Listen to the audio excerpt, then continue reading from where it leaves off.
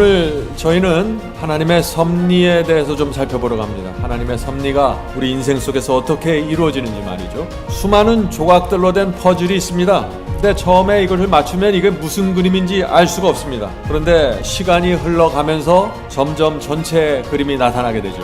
하나님의 섭리도 우리 인생 속에서 그렇게 이루어집니다. 한참 지나가야 그림이 보입니다. 그런데 어떤 사람의 인생은 완전하게 퍼즐로 맞춰서서 하나님께서 원하시는 그 그림이 정확하게 나타나는데 어떤 사람은 그렇지 못합니다. 인생의 퍼즐을 맞추는 데 실패합니다. 하나님의 섭리가 잘 이루어지지 않습니다. 왜 그럴까요?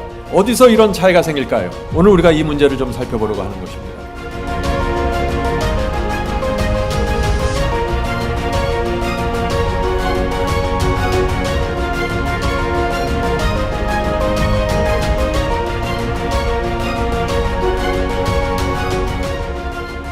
성경은 하나님의 섭리를 이렇게 말합니다. 시편 103편에는 하나님은 만유를 다스린다고 했습니다.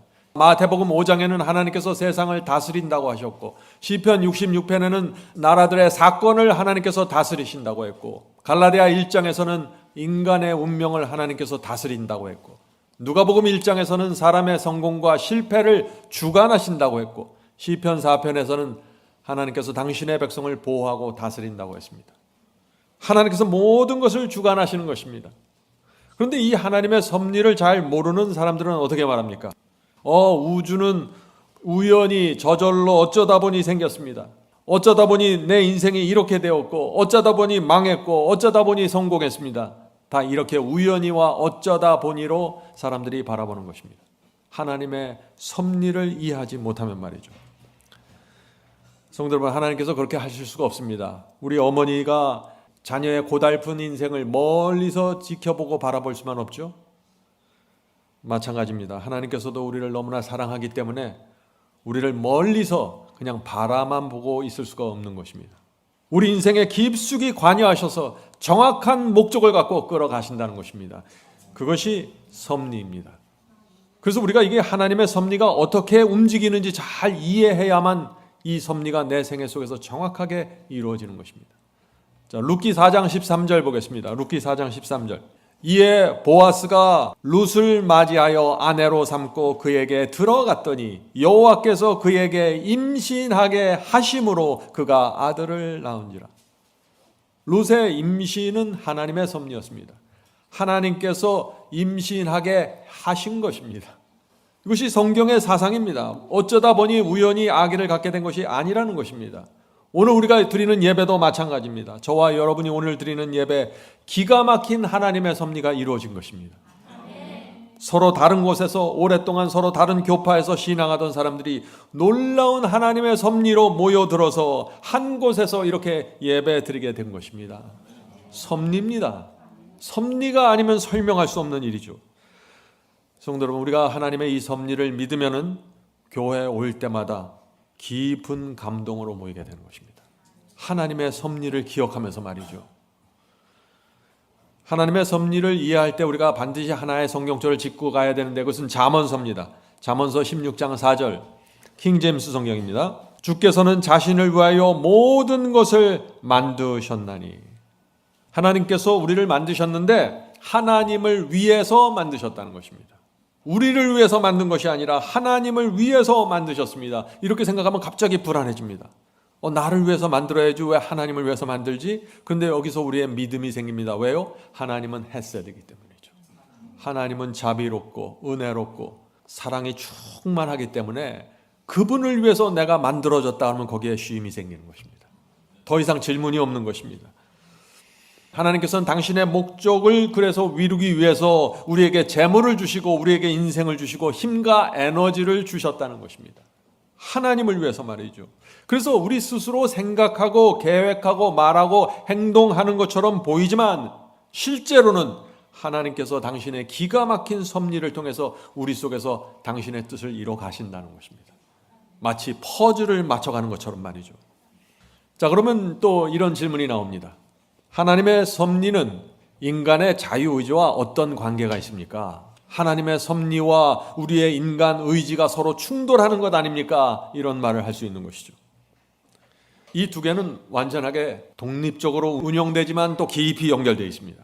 인간은 우리의 의지를 갖고 선택하고 결정합니다. 그건 틀림없습니다. 그러나 동시에 하나님께서 놀라운 섭리로 당신의 뜻을 이뤄 가신다는 것입니다. 정말 이것은 신기한 것입니다. 자, 우리가 사울을 볼까요? 사울이 어땠습니까? 제자들과 교회를 극렬하게 핍박했습니다. 스데반을 돌로 쳐서 죽이는데도 앞장섰습니다. 그러나 하나님께서 성령을 통해서 사울의 양심에 고민을 주시고 고통을 주셨습니다. 호소하셨습니다. 그래서 결국 사울이 어떻게 됐습니까? 하나님 앞에 완전하게 굴복하는 것입니다. 이것이 섭리입니다. 사울은 자기 자신의 자유의지로 모든 것을 결정했지만 결국 하나님의 섭리로 하나님 앞에 굴복시키는 것입니다. 성도 여러분, 이것이 저와 여러분의 생애 속에서 이루어져야 된다는 것이죠. 성도 여러분, 이 사울이라는 사람은 사도가 되면 안 되는 사람이에요. 어떻게 이런 사람이 사도가 될 수 있어요? 용서받을 수도 없습니다. 하나님의 아들을 죽이겠다고 작정한 사람이에요. 어떻게 사도가 될 수 있었을까요? 주님께서 이 사울의 영혼 속에 있는 그 양심의 가책과 고통을 보신 것입니다. 그리고 그것을 이용해서 그 사람을 깊은 감사와 감격의 그리스도인으로 만드셨습니다. 그래서 모든 것을 배설물처럼, 주님을 위해서 배설물처럼 버리게 만드셨습니다. 이것이 섭리라고 하는 것입니다. 이 하나님의 섭리가 저와 여러분의 생애 속에서 반드시 이루어져야 한다는 것입니다. 사울 자신의 모습을 보면서 얼마나 실망했을까요? 많이 실망하고 절망했습니다. 바리새인이었어. 그러나 놀랍게 하나님의 섭리가 이루어진다는 것입니다. 마찬가지입니다. 우리가 우리 자신의 모습을 볼 때 실망이 됩니다. 많이 넘어지고 실패했을 것입니다. 우리 인생을 뒤돌아보면 많은 굴곡이 있었습니다. 저주처럼 보이는 일들이 내 생애 속에서 일어났던 것입니다. 그런데 결국 저와 여러분이 여기까지 왔지 않습니까? 진리의 분명한 빛을 보고 붙잡게 되었습니다. 하나님의 섭리가 이루어진 것입니다. 하나님의 섭리를 믿으셔야 합니다. 자, 또 하나의 중요한 질문입니다. 이것이 오늘 설교의 핵심적인 질문이죠. 하나님의 섭리는 누구에게, 어떤 사람들에게 이루어질까요? 하는 질문입니다. 굉장히 중요한 질문. 하나님의 섭리가 모든 사람에게 이루어지기를 원하지만 어떤 사람에게는 이루어지고 어떤 사람에게는 안 이루어지는 것입니다. 이 섭리의 진리라는 성경절이 있습니다. 로마서 8장 28절입니다. 우리가 알거니와 하나님을 사랑하는 자 곧 그의 뜻대로 부르심을 입은 자들에게는 모든 것이 합력하여 선을 이루느니라. 자, 어떤 사람에게 모든 것이 합력하여 선을 이루게 됩니까? 하나님의 섭리가 이루어집니까? 어떤 사람들에게? 바울이 말하죠. 하나님을 사랑하는 자들. 너희가 나를 사랑하면 계명을 지키리라. 이 사람들이 하나님의 섭리를 이루는 사람들입니다. 하나님을 사랑하는 자에게는 어떻게 섭리가 이루어지게 될까요?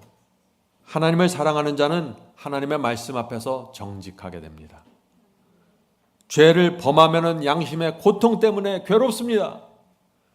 그런 성도들은 성령께서 호소하실 때 결국 굴복하게 됩니다. 그리고 결국에는 이 사람 속에서 모든 것이 합력하여 선을 이루게 되는 것입니다. 이것이 사울의 생애 속에서 이루어진 섭리였습니다.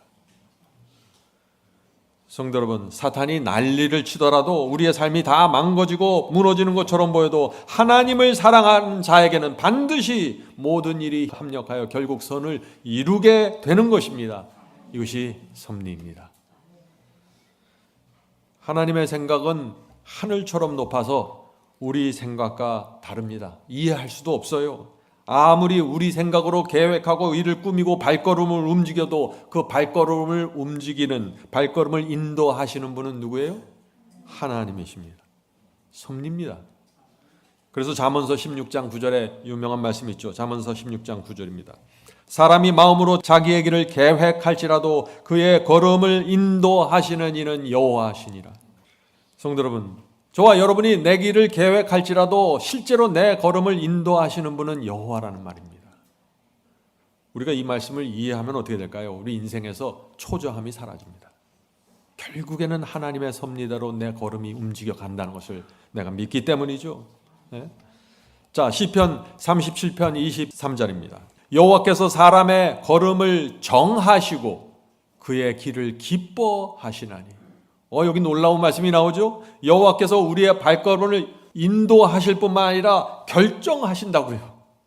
정해주신다고요. 어떻게 정해주십니까? 여호와께서 어떻게 우리의 발걸음을 정해줘요? 내가 동쪽으로 걸으려고 하는데 발목을 비틀어서 서쪽으로 옮겨 놓습니까? 어떻게 정하시는 거예요?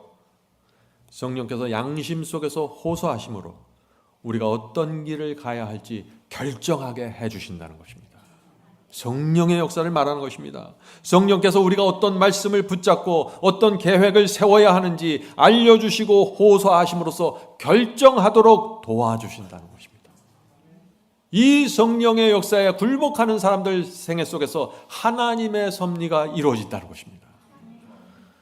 자, 그래서 시편 기자가 이렇게 말한 것입니다. 시편 119편 133절. 나의 발걸음을 주의 말씀에 굳게 세우시고 어떤 제약도 나를 주관하지 못하게 하소서. 하나님께서 우리의 발걸음을 인도하시는데 우리의 발걸음을 어디에 세우신다고요? 말씀 위에 세우신다는 것입니다. 그렇게 해서 인도하신다는 것입니다. 그렇게 해서 섭리를 이뤄내신다는 것입니다. 성도 여러분, 여러분의 발걸음을 말씀 위에 세우십시오. 이것만 분명하면은요, 나머지는 하나님께서 알아서 하십니다. 하나님의 섭리로 모든 일이 합력해서 선을 이루시는 것입니다. 조건이 뭐예요? 말씀 위에 서는 것입니다. 여러분의 인생에서 깊은 실패가 있습니까? 가난과 질병 때문에 고통당하시나요? 염려하지 마세요. 여러분의 발걸음을 말씀 위에 서서 전진하십시오. 그러면 나머지는 하나님께서 모든 것이 합력해서 반드시 선을 이뤄내시겠다는 것이 하나님의 약속입니다. 하나님을 사랑하는 자, 진리 앞에서 정직한 자에게는 반드시 하나님의 섭리가 이루어진다는 것입니다. 이것을 믿고 나면 우리 마음속에 평안이 있는 것입니다. 내가 집중해야 될 것은 하나님의 말씀이고 내 발걸음이 진리 위에 서 있는지 그것만 집중하면 나머지는 다 하나님께서 알아서 인도하신다는 것입니다. 성도 여러분, 우리가 이것을 알면 어떻게 돼요? 인간적으로 발버둥치지 않게 됩니다. 낙담하고 왔다 갔다 하고 조금만 불리하면 다른 쪽으로 가버리고 그렇게 하지 않는 것입니다. 그렇게 하지 않게 돼요. 아무리 힘들고 어려울지라도 진리의 하나만을 보고 가게 됩니다. 이 섭리의 진리가 어떻게 이루어지는지 알면 말이죠. 모든 것이 합력해서 하나님의 섭리가 이루어지기만을 기도하는 것입니다. 이렇게 할 때 우리 마음에 우리의 생에 깊은 감동이 있고 평안이 흘러가는 것입니다. 자, 등산을 할 때 등산을 하면 높은 산으로 등산해서 이제 산길을 쭉 올라가면은 산이 어떻게 생겼는지 잘 모릅니다. 처음에는. 그렇죠? 나무들이 우성하니까요. 어디가 계곡이고 어디가 산등성인지도 몰라요. 근데 한참 올라가서 높이 올라가서 아래를 쳐다보기 시작하면 어떻게 돼요? 그때 다 보이게 되는 것입니다. 이 산의 윤곽이 어디가 계곡이고 어디가 꼭대기인지 윤곽이 눈에 보이는 것입니다. 우리의 인생도 이렇게 이루어집니다. 20대, 30대 때 한참 달려갈 때는요, 안 보여요. 잘 몰라요. 내가 지금 뭐가 잘 되는 건지 안 되는 건지도 잘 모릅니다. 잘 되는 것 같다 꼬꾸라지고 꼬꾸라졌다 일어서는 것 같이 보이죠. 근데 세월이 지나가고 과거를 이제 되돌아보면은 하나님의 섭리가 보이게 되는 것입니다. 하나님께서 그때 그렇게 나를 인도하셨구나 알게 되는 것입니다. 그때 그 사람을 통해서 나에게 복음을 주셨구나. 그때 사고가 났던 이유가 바로 이것이구나. 그때 내가 유튜브에 가서 그 설교를 된 이유가 바로 이것이구나. 오래 지나가면 알게 되는 것이에요. 성도 여러분, 시간이 흘러서 과거를 돌아보면 내 인생에서 하나님의 섭리가 이루어진 그 윤곽들이 보이기 시작하는 것입니다. 그 윤곽들을 보기 시작하면 어떻게 될까요? 놀라운 확신 속에서 길을 걸어가게 되는 것이죠. 허공에 날아가는 화살을 보면은요, 이 화살이 어디로 가는지 잘 몰라요. 그런데 시간이 흐르면서 화살의 방향이 점점 분명해지고 어떻게 돼요? 결국에는 정확하게 목표물에 꽂히는 모습을 보게 되는 것입니다. 하나님의 섭리도 그렇게 이루어지는 것입니다. 초조하지 마시고 하나님의 말씀과 진리를 붙잡고 쭉 한 길을 걸어가세요. 이 속에서 모든 상황과 섭리가 이루어지면서 내가 깊은 확신 속으로 들어가게 되는 것입니다. 어떤 분은 너무나 바빠서 도무지 말씀을 볼 시간이 없었어요. 그런데 갑자기 어느 날 사고를 당했습니다. 그래서 침대에 누워있게 되었어요. 자기는 저주를 받았다고 생각했을 것입니다. 그런데 어떻게 됐습니까? 그 덕분에 말씀을 읽게 되었고 집중하게 되었고 회개하고 마음을 돌이키게 됐습니다. 섭리입니다. 저주처럼 보이는데 합력해서 선을 이뤄내시는 것입니다. 성도 여러분, 우리가 이 섭리의 진리를 이해할 수 있을까요? 이것이 무엇인지 이해하고 나면 우리의 인생이 완전히 다른 차원으로 들어가게 된다는 것입니다. 우리 영혼의 평안이 깃들게 되고 아둥바둥 경쟁하면서 살지 않게 된다는 것이죠. 자, 잠언서 20장 24절. 사람의 걸음은 여호와로 말미암나니. 자, 이것이 성경의 사상이에요. 사람의 발걸음은 다 하나님께서 여호와께서 하시는 것이다. 사람이 어찌 자기의 길을 알 수 있으랴. 그렇죠? 우리가 생각해서 우리가 판단해서 발걸음을 옮겨 놓는 것 같지만 우리는 내가 지금 어떤 길을 가고 있는지 잘 모른다는 것이에요. 내 인생이 어디로 흘러가는지 잘 모르는 것입니다. 그런데 우리가 확인할 수 있는 것이 하나가 있다는 것입니다. 그것이 뭐예요? 말씀입니다. 내 인생의 초점이 하나님의 말씀에 초점 맞춰져 있는지 알 수 있다는 것이에요. 이것은. 이것만 틀어잡고 가면은 나머지는 하나님의 섭리로 이루어주신다는 것입니다. 이런 사건을 이루어주시고 이런 상황을 만들어주셔서 하나님께서 원하시는 그 관역에 정확하게 꽂히도록 해주신다는 것입니다. 얼마나 감사합니까? 그래서 구원은 하나님의 은혜로 이루어지는 것입니다. 성도 여러분, 하나님의 섭리가 어떤 사람에게 이루어지는지, 어떻게 이루어지는지 이것을 알면 어떻게 돼요? 인생이 가벼워집니다. 분명해집니다. 감사와 기쁨으로 살게 됩니다. 어떤 일이 생기든지 말이죠. 자, 우주를 보십시오. 밤하늘을 보세요. 억만 개의 은하계가 복잡하게 뒤엉켜 있는 것처럼 보입니다. 그런데 어떻게 돼요? 그래서 자세히 과학자들이 자세히 보면은 수많은 별들이 정확한 궤도와 정확한 길을 따라서 움직이는 것입니다. 우리의 인생도 그렇습니다. 복잡하게 보이지만 정확한 길로 가고 있는 것입니다. 인간의 세포와 유전자를 보세요. 복잡한 정보들이 정말 말할 수 없는 복잡한 정보들이 뒤엉켜 있습니다. 그런데 과학자들이 이걸 자세히 보면은 정해진 원칙대로 움직이고 있다는 것입니다. 우리의 인생 속에서 하나님의 섭리가 그렇게 이루어집니다. 어떤 때는 잘 사업이 안 되는 것 같고, 어떤 때는 뭘 일들이 안 풀리는 것 같고, 어떤 때는 자녀들이 그렇고, 어떤 때는 건강이 그렇고 복잡하게 뒤엉켜 있는 것처럼 보이지만은 내가 말씀 위에 정확하게 서 있기만 하다면 하나님께서 내 인생을 정해진 궤도로 끌어간다는 것입니다. 이것이 정말 감사한 것입니다. 하나님의 이 섭리는 정해진 방향을 향해서 나갑니다. 그 정해진 방향이 어디입니까? 구원입니다. 어떻게 해서든지 우리를 구원해내기 위해서 움직여 가시는 것입니다. 모든 것이 합력해서 선을 이루면서 말이죠. 나를 괴롭히는 사람, 그 못된 사람이 내 인생에 나타나서 애를 먹죠. 그러면 우리는 이렇게 생각합니다. 저 사람이, 저 인간이 왜 내 인생에 이렇게 개입해서 나를 힘들게 만드는가? 그런데 하나님께서는 내 인생 전체를 보면서 나를 여전히 끌고 가신다는 것입니다. 그래서 우리 마음에 평안이 있는 것입니다. 자녀들은 나이 든 부모에게 이런 항의를 하죠. 아빠는 나를 이해하지 못합니다. 엄마는 내 인생을 몰라요. 내 인생의 고민을 모릅니다. 그런데 사실 이 부모는 어린아이의 그 자녀들의 고민과 문제를 정확하게 들여다보고 있는데 자녀는 모른다고 생각하는 것이죠. 우리도 하나님을 그렇게 바라보는 것입니다. 하나님께서는 우리를 다 지켜보고 다 컨트롤하고 끌고 가시는데 하나님 왜 이렇게 움직이지 않습니까? 답답합니다. 이렇게 말하는 것입니다. 성도 여러분, 하나님은 다 아십니다. 전지전능한데 모를 게 뭐가 있겠어요?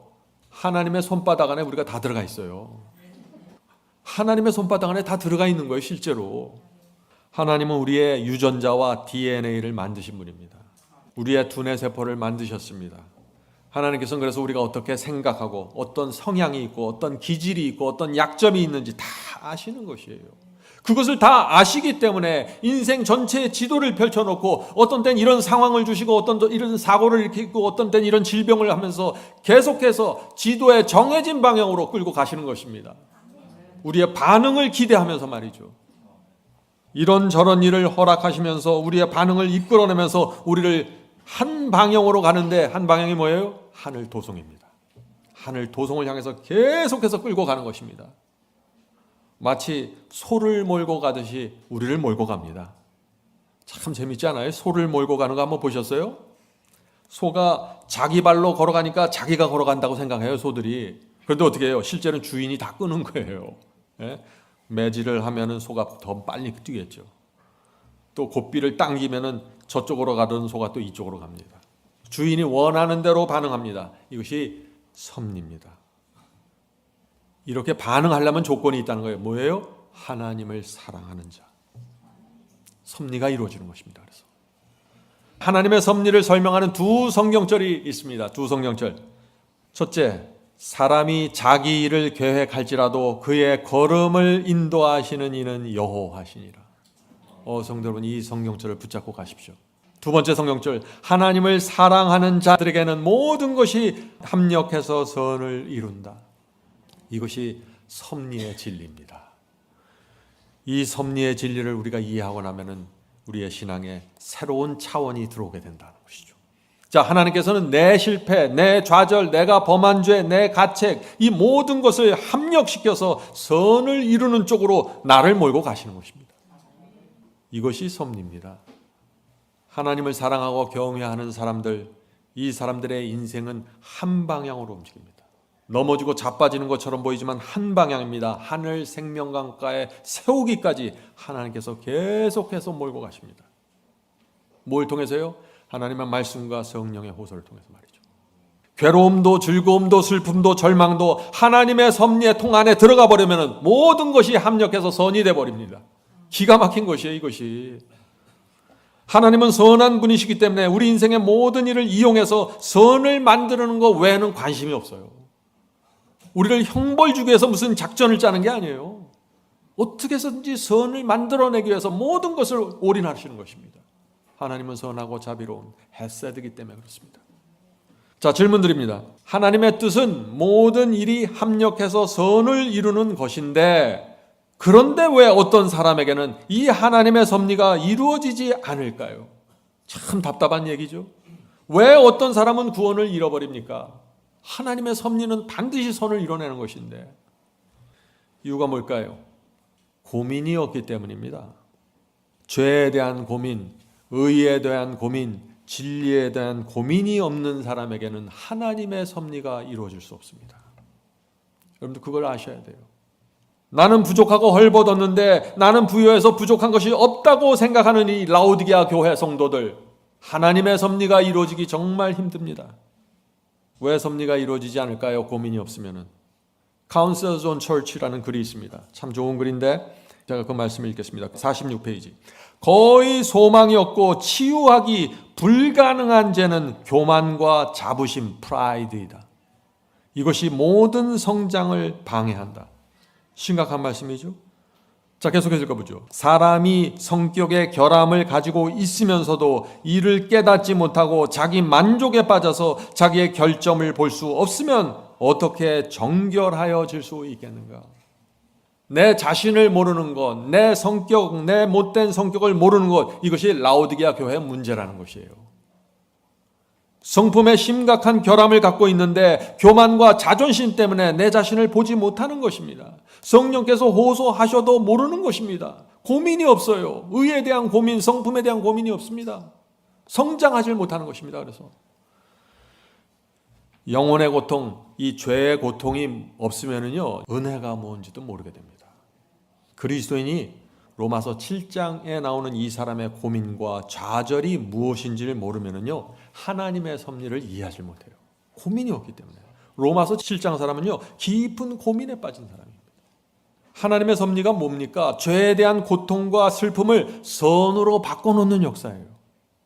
섭리는 항상 이 악해 보이는 것, 저주처럼 보이는 것을 선으로 바꿔놓는 역사입니다. 모든 것이 합력해서 선을 이루는 역사가 하나님의 섭리예요. 그것이 목적이고.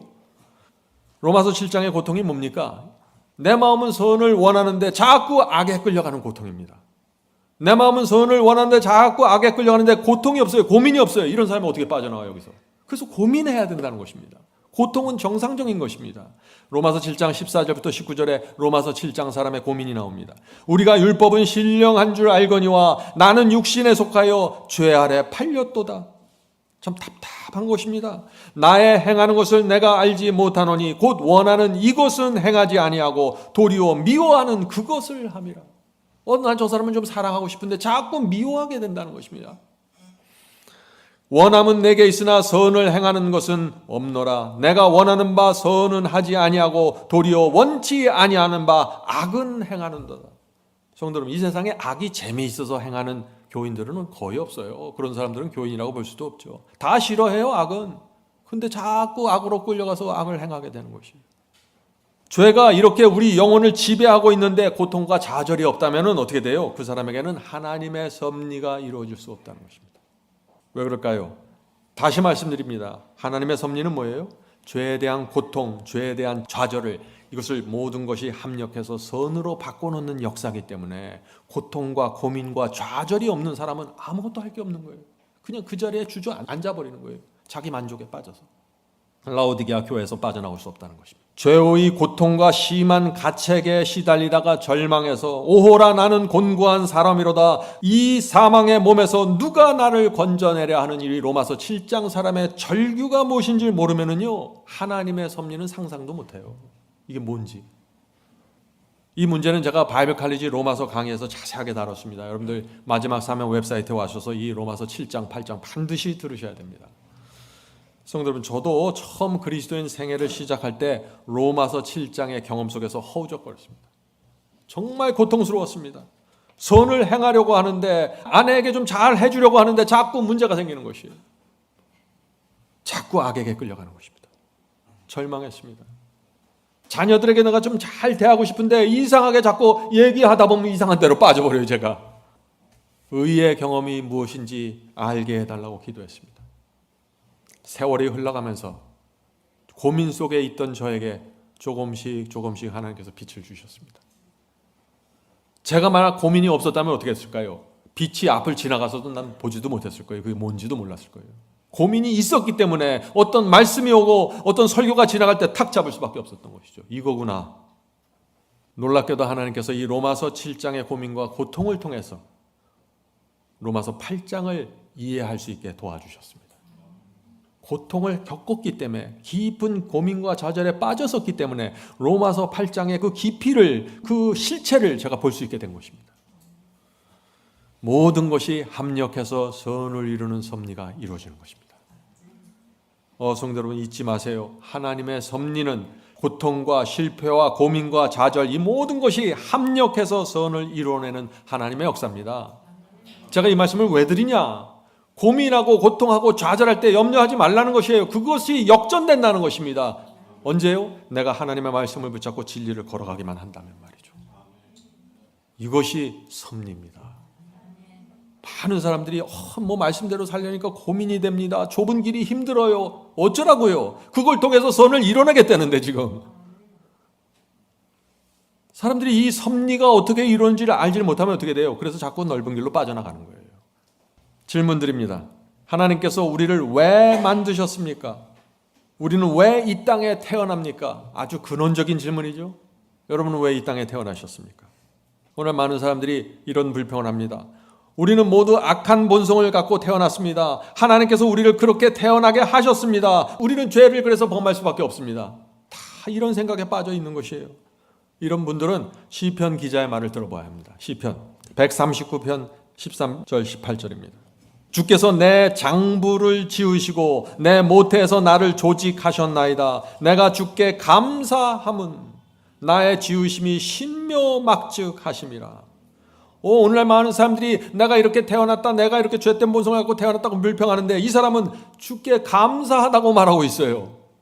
똑같이 어머니 뱃속에서 태어났는데, 시편 기자는 하나님께서 나의 장부를 지으시고 모태에서 조직하셨다고 하면서 감사했습니다. 왜 감사할까요? 왜냐하면 하나님께서 나의 모든 것을 아시기 때문입니다. 내가 어떤 성격과 어떤 기질을 갖고 태어났는지 하나님께서 다 아시는 것입니다. 하나님께서 내 천성과 기질을 아시기 때문에 그것을 이용해서 선을 이루어내시는 방법도 아신다는 사실을 내가 믿는 것입니다. 하나님의 섭리를 믿는 것입니다. 어떤 섭리로 인도해야 내가 구원받을 수 있는지 하나님께서는 아시는 것입니다. 어떤 상황을 만들고 어떤 일을 주고 어떤 사고를 당해야 내가 구원받을 수 있는지 하나님께서 아신다는 것입니다. 이 섭리의 진리를 모르면은 엉뚱한 말을 하면서 살게 되는 것입니다. 이런 말을 할 수 있어요. 우리는 날 때부터 악한 자입니다. 우리는 본질적으로 죄인입니다. 인간의 두뇌 세포는 너무나 변질되어서 죄를 승리할 수 없고 하나님의 말씀과 계명에 순종할 수 없습니다. 우리는 타고난 천성대로 살다가 죽을 수밖에 없습니다. 이런 생각들과 사상들이 오늘날 기독교 전체를 뒤덮고 있는 것입니다. 성도 여러분 아십니까? 그런데 이런 말을 마귀가 제일 좋아합니다. 이런 말 듣기 참 좋아해요. 제가 한 글을 소개하겠습니다. It's natural이라는 글이 있어요. 저는 이 글을 참 좋아하는데 이거를 한국어로 읽겠습니다. 나는 천성이 원래 그래요 하는 글입니다. It's natural. 사탄은 우리 입에서 나는 천성이 원래 그래요 라는 말이 나오는 것을 좋아합니다. 사탄은 우리가 천성적인 약점을 극복하기에는 은혜가 부족하다고 생각할 때 기뻐합니다. 사탄은 나는 천성이 원래 그런 걸요 라는 말을 들을 때 펄펄 뛰며 좋아합니다. 사탄의 엉덩이 춤을 추는 이 말이 뭔지 여러분들 잘 보세요. 그러나 예수님께서는 내 은혜가 내게 족하다고 말씀하십니다. 은혜를 더하게 하려고 죄에 거하겠느냐? 그럴 수 없느니라. 죄에 대하여 죽은 우리가 어찌 그 가운데 더 살리요? 어찌 죄 가운데 더 살리요? 계속 읽겠습니다. 그렇습니다. 주님의 십자가와 은혜는 죄를 이기기에 넉넉합니다. 시험에 들지 않게 깨어서 기도하십시오. 악한 말을 하려는 유혹을 받을 때 간절하고 열렬한 기도를 드리십시오. 그런 기도는 많은 것들을 이룰 것입니다. 예수님께서는 여러분이 승리하기 위해서 얼마나 열심히 노력하는지 잘 아십니다.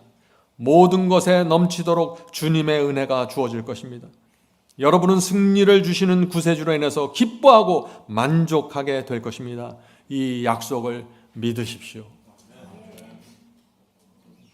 성도 여러분, 승리의 복음을 믿으셔야 됩니다. 우리에게 승리를 주시겠다고 하나님께서 약속하셨습니다. 마이클 세틀러라는 사람이 있는데 이분이 이렇게 말했습니다. 하나님께서 사람이 순종하기를 원하지 않으신다면 왜 하나님께서 당신의 뜻을 사람에게 알려주어야 하는가? 너무나 당연한 얘기죠. 하나님께서 왜 당신의 뜻을, 당신의 계명을, 당신의 진리를 왜 자꾸 알려주냐는 얘기예요. 순종하기를 원하니까 알려주신다는 얘기예요. 아주 단순한 얘기죠. 성도 여러분, 모든 일이 합력해서 선을 이루는 이 섭리는 정해진 방향으로 진행되는데 어떤 방향으로 갑니까? 순종과 승리를 향해서 나간다는 것입니다. 이것이 섭리의 진리입니다.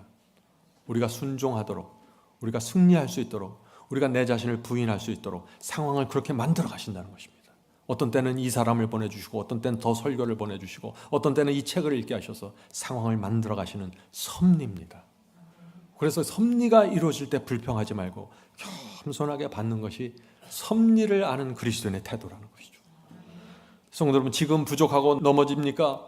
고민이 됩니까? 기도하십시오. 십자가의 보혈을 붙잡고 전진하십시오. 섭리가 이루어지고 있습니다. 당장 우리 눈에 보이지 않을지라도 선을 이루는 하나님의 섭리가 분명하게 작동되고 있다는 사실을 믿으셔야 됩니다. 질문 다시 드립니다.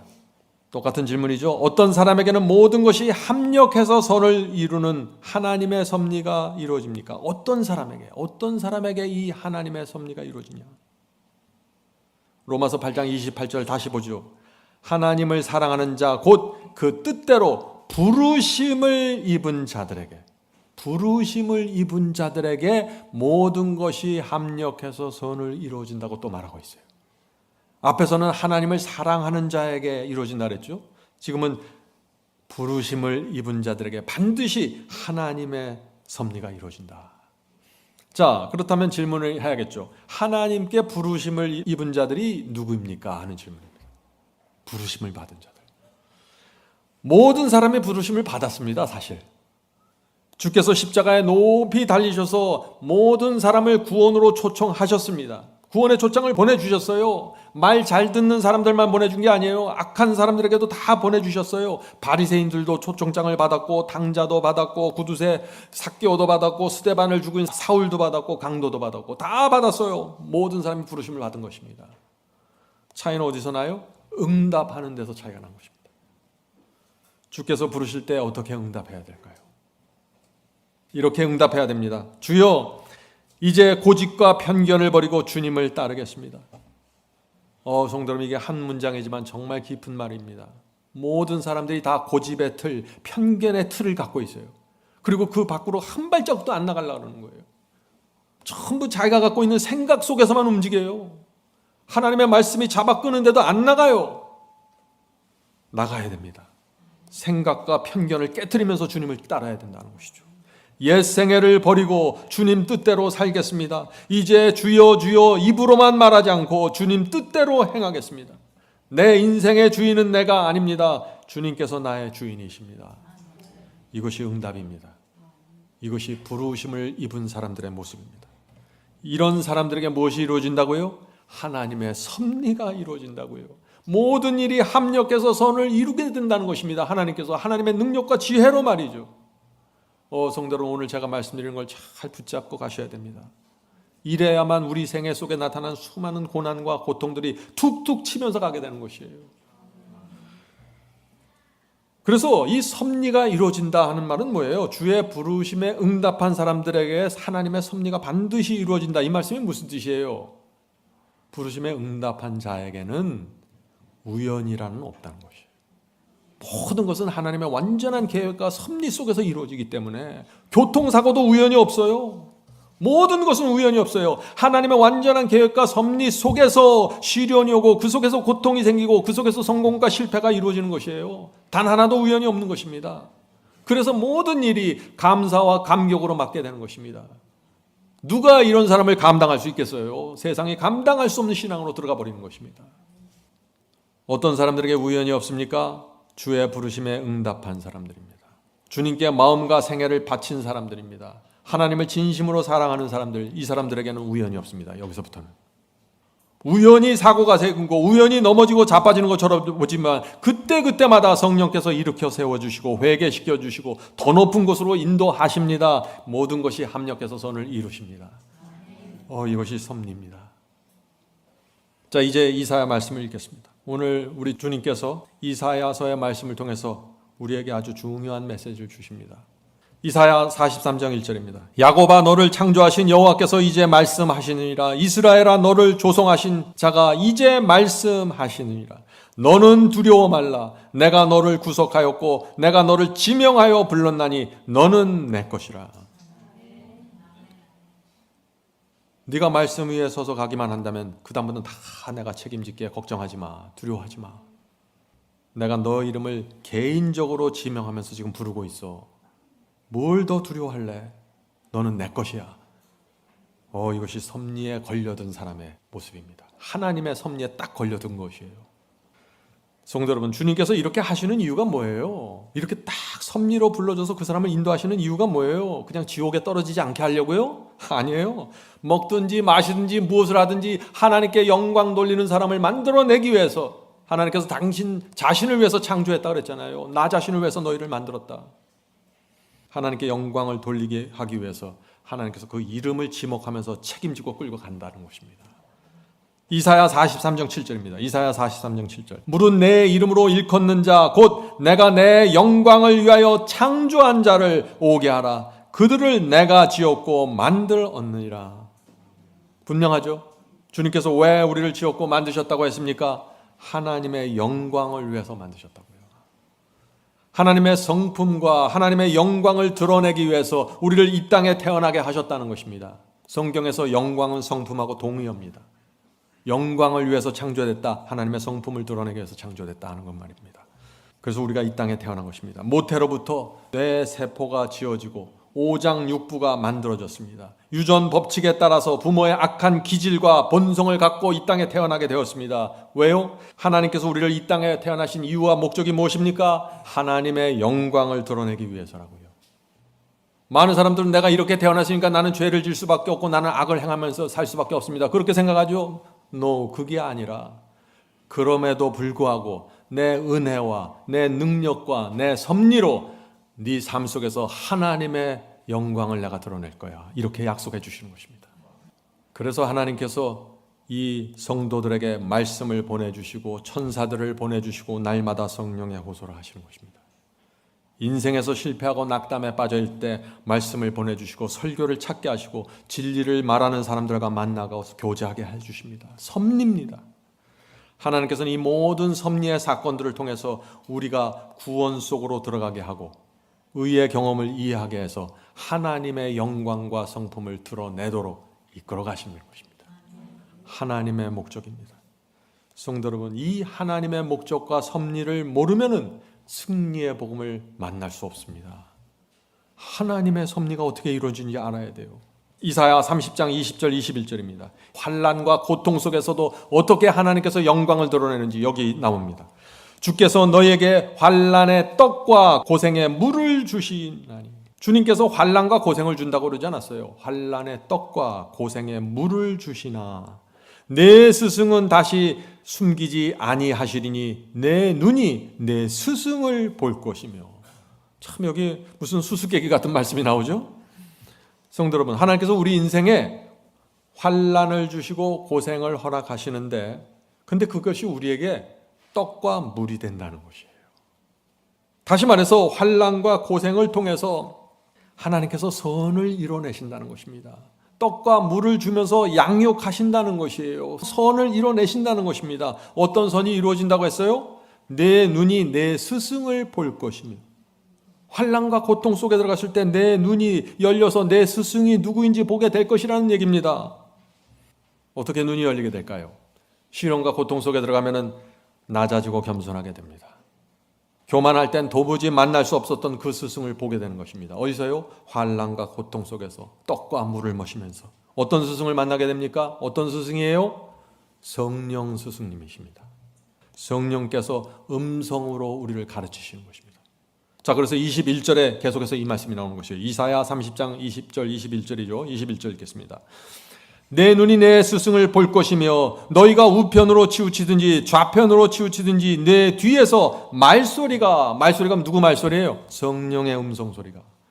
말소리가 내 귀에 들려 이르기를 이것이 정론이 너희는 이리로 행하라 할 것이며. 분명하죠? 자, 질문 드립니다. 우리의 스승이신 성령께서 우리를 그렇다면 어떻게 가르치고 어떻게 인도하십니까? 우리가 고집 부리고 오해하고 편견으로 한쪽으로 치우쳐 있을 때 성령께서 우리에게 가르쳐 주신다는 것입니다. 너는 지금 조금 오른쪽으로 치우쳤어. 더 왼쪽으로 가야 돼. 아주 디테일하게 들어오십니다. 너는 지금 좀 더 왼쪽으로 가야 돼. 그래야만 네가 정로를 걸어갈 수 있어. 얘야, 치우치지 말아라. 진리의 길 중심으로 들어가라. 그렇게 하면 시련과 고통 속에서도 선을 이루게 할 거야. 이것이 성령의 세밀한 지도입니다. 이것이 스승님의 음성입니다. 이 스승의 지도를 받는가 받지 않는가에 따라서 섭리가 이루어지고 안 이루어지고 결정된다는 것이에요.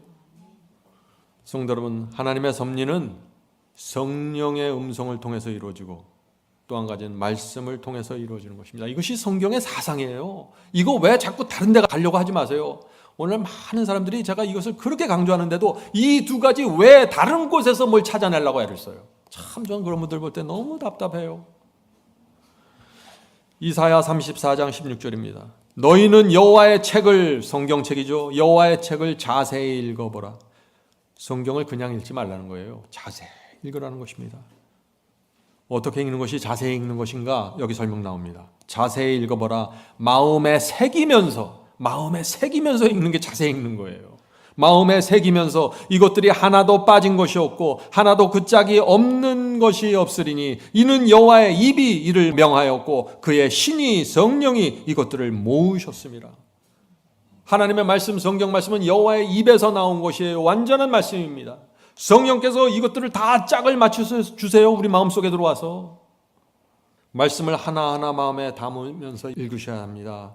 그래야만 성령께서 말씀을 모아서 우리 마음속에서 짝을 만들어주면서 확신을 주시고 우리 마음을 설득하는 것입니다. 이것이 우리 속에서 하나님의 섭리와 목적을 이뤄내는 방법이라 하는 것입니다. 빠진 것이 하나 없이 말씀에 짝을 맞춰줘서 분명한 빛으로 인도하셔야 하는 것입니다. 그래야만 하나님의 섭리와 목적이 이루어질 수 있는 것입니다. 말씀이 항상 애매하고 뿌연데 어떻게 어디를 갈 줄 알아요? 성령의 음성도 제대로 못 들어요. 그런 분들은 말씀이 와서 탁 박혀야 이대로 살아야 하는군요 하고서 확신이 생기면서 성령의 음성이 들려오기 시작하는 것입니다.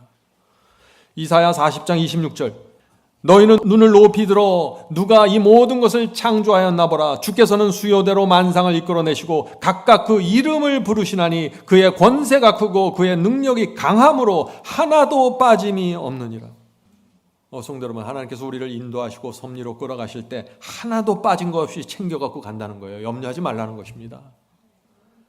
우리가 인생을 한참 살다 보면요, 한참 살아갈 때는 이것저것 부족한 것이 많은 것 같이 보여요. 근데 뒤돌아보면은 정말 하나님께서 빠진 것 없이 챙겨주셔갖고 저를 여기까지 딱 세워주시잖아요. 여러분도 그럴 것입니다. 하나도 빠진 것이 없습니다. 어떤 때는 시련을 주시고 어떤 때는 슬픔을 허락하시면서 다양한 경험을 통해서 내 속에서 합력해서 선을 이뤄내시는 것입니다. 하나도 빠짐이 없어요. 하나가 빠지면 안 돼요. 그 사람이 섭리대로 갈 수가 없어요. 고통을 줄 때는 확실하게 허락하셔야 되고 실패를 할 땐 또 확실하게 실패가 들어가야 돼요. 그래야지만 우리가 정신 차리고 가는 것이에요. 낮추면서. 우리가 이것을 알게 되면 이 하나님의 신기한 섭리 앞에 무릎을 꿇게 되는 것입니다. 어떤 때는 시련이 오고 고난이 올 때 하나님의 섭리로 받는 것입니다. 하나님께서 빠짐없이 이것도 챙겨주시는군요. 시련까지 챙겨주시는군요. 그래서 시련 속에서 감사하고 찬송을 하게 되는 것입니다. 바울이 그래서 감옥소에 들어갔을 때 찬송한 것입니다. 섭리로 받은 것입니다.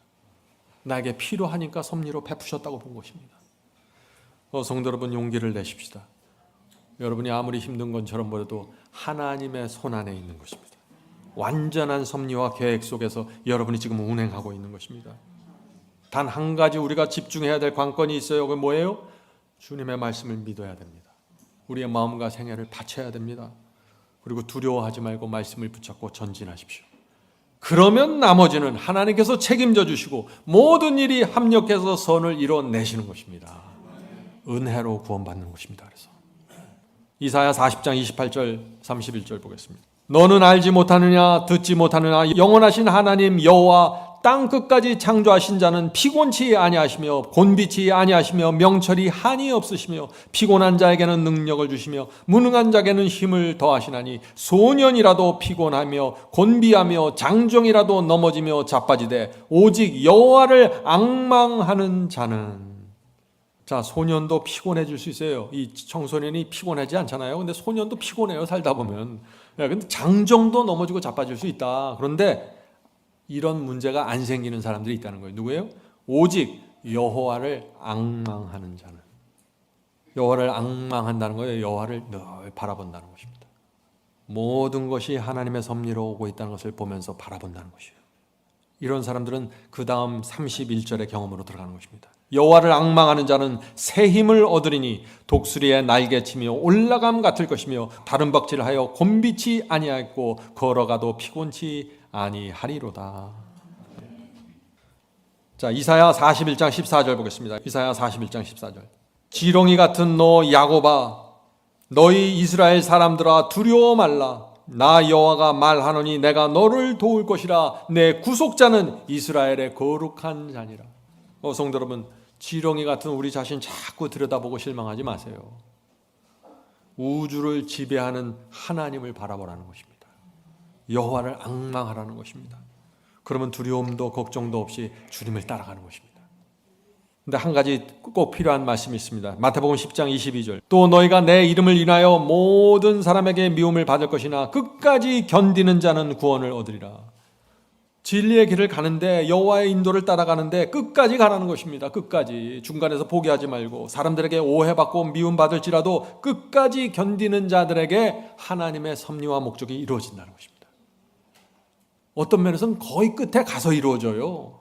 그렇기 때문에 끝까지 가야 되는 것입니다. 자, 요셉 이야기를 하고 마치겠습니다. 요셉은 형제들에게 팔려서 애굽의 노예로 팔려갔습니다. 저주처럼 보이는 것입니다. 보디발 장군 집에서 충성스럽게 집사로 일했는데 그 부인의 사악함에 걸려서 어떻게 됐어요? 감옥소에 들어갔어요. 저주입니다. 정말 끝이 보이지 않는 저주가 계속해서 그 생애 속에 이루어졌습니다. 긴 세월 동안 감옥에서 고생했죠. 아무도 요셉을 보면서 하나님의 섭리가 당신에게 이루어지고 있다. 모든 일이 합력해서 선을 이룰 거야. 이렇게 말할 수 있는 상황이 아니에요. 그러나 요셉은 끝까지 주님을 신뢰하고 견뎠습니다. 결국 하나님의 계획과 섭리가 요셉의 생애 속에서 완전하게 이루어졌습니다.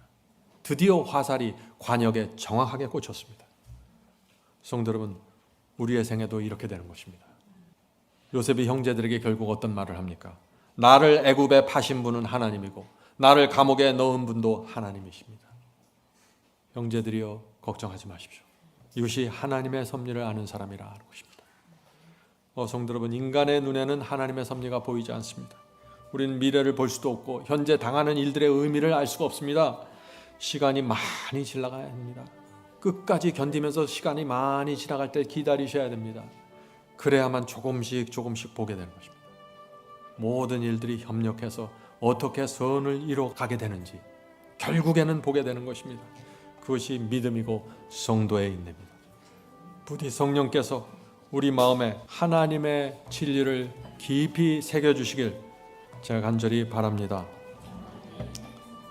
하늘에 계신 저희들의 아버지, 저희가 지난 세월을 되돌아볼 때마다 참 마음이 아픕니다. 조그만 고통이 올 때마다 흔들리고 실패와 좌절이 생길 때마다 깊은 절망에 빠졌던 저희의 모습을 보게 됩니다.